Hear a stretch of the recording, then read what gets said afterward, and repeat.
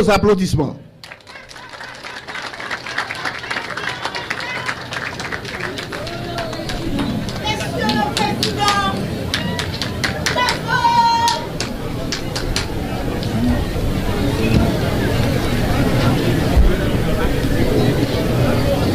Bonjour. Bonjour, jeunesse Fort Liberté. Messieurs les membres de l'état-major des Forces armées d'Haïti, messieurs les membres de l'état-major de la police, monsieur le maire de Fort Liberté et les membres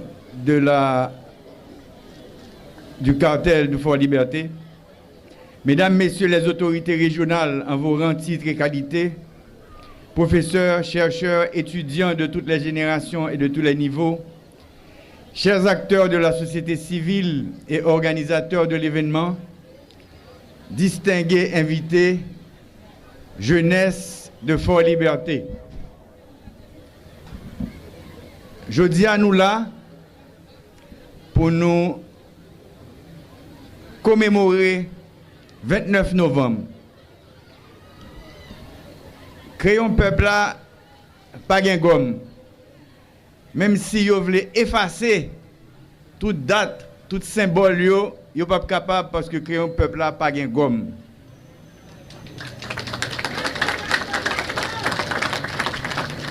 Il m'échappe l'honneur, en ma qualité de président du Conseil présidentiel de transition, de prendre la parole à l'occasion de cette cérémonie autour de la symbolique de la bataille de Vertières le 18 novembre 1803.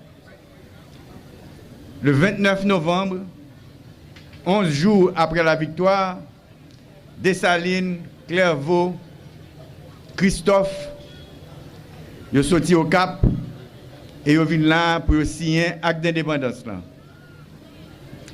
Si à la fin de l'année 1803, on marque la conclusion d'une des plus grandes et glorieuses batailles de la guerre de libération nationale haïtienne,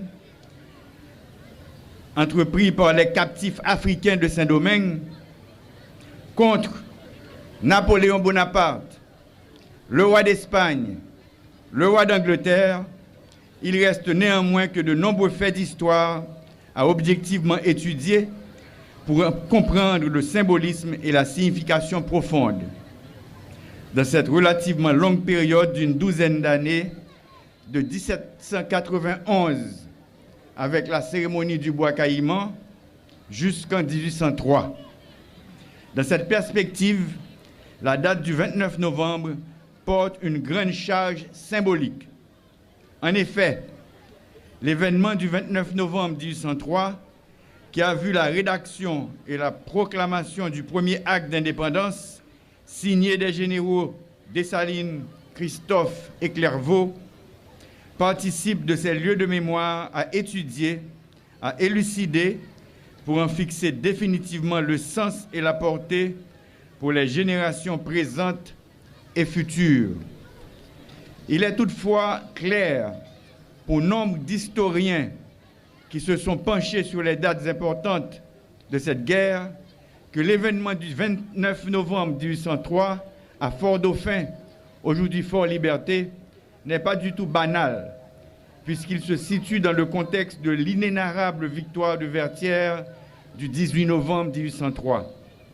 En effet, le lendemain de la défaite des forces militaires françaises de reconquête de Saint-Domingue et du projet de rétablissement de l'odieux système esclavagiste, il avait été dit à l'émissaire français et dans l'acte de capitulation transmis, reconnu et accepté par Donatien Rochambeau que le général Dessalines accordait un délai de 10 jours pour débarrasser le territoire, désormais libéré de tous les débris de l'armée française. Qu'un tel ultimatum fasse l'objet d'une commémoration exceptionnelle, cela se comprend aisément.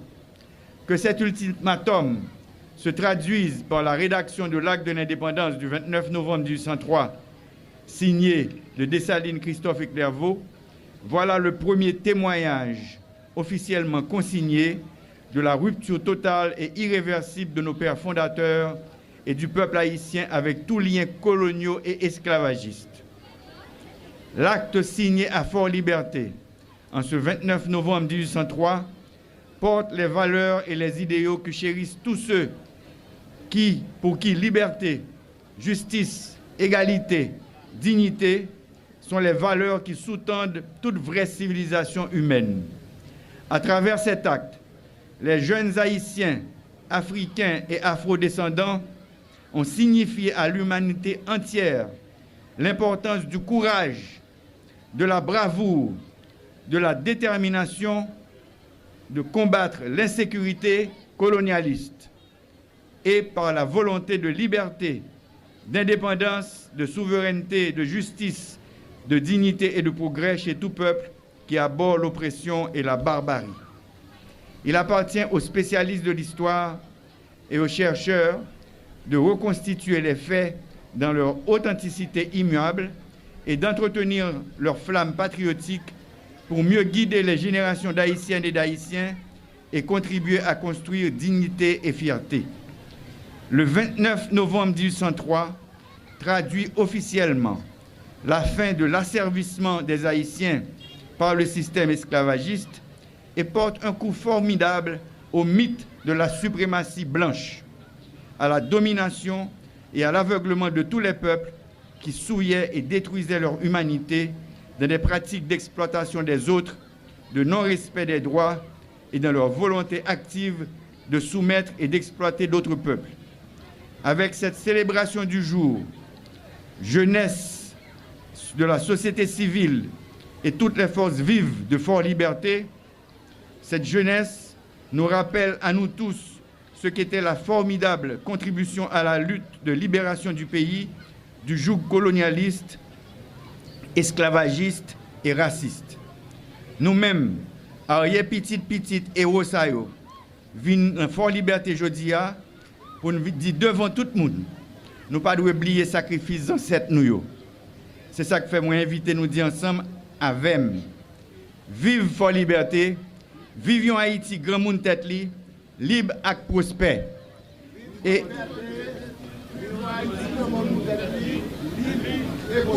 Et nous gagnons un arrêté qui pourrait paraître, côté il dit que l'État haïtien reconnaît et consacre la proclamation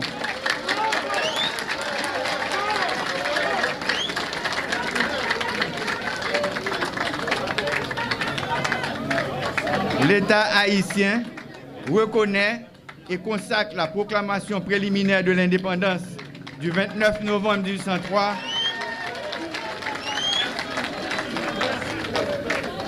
faite à Fort-Dauphin, devenant Fort-Liberté. Article 2. Le 29 novembre est déclaré journée de réflexion sur les faits marquant l'histoire nationale. Au cours de cette journée, les institutions d'enseignement et de recherche et les stations de radio et de télévision organiseront respectivement des programmes de réflexion sur les faits marquants de l'histoire nationale et diffuseront les émissions de circonstances. Nous-mêmes, le Conseil présidentiel de transition, nous travaillons pour finir avec insécurité,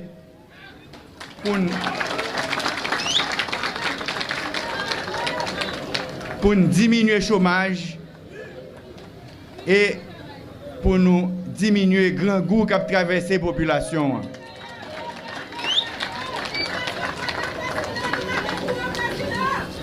Nous travaillons pour que nous ouvrions port Fort-Liberté.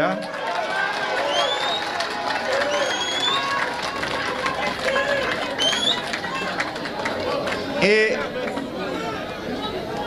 pour nous restaurer Fort-Liberté qui est capable de servir un phare pour le tourisme haïtien.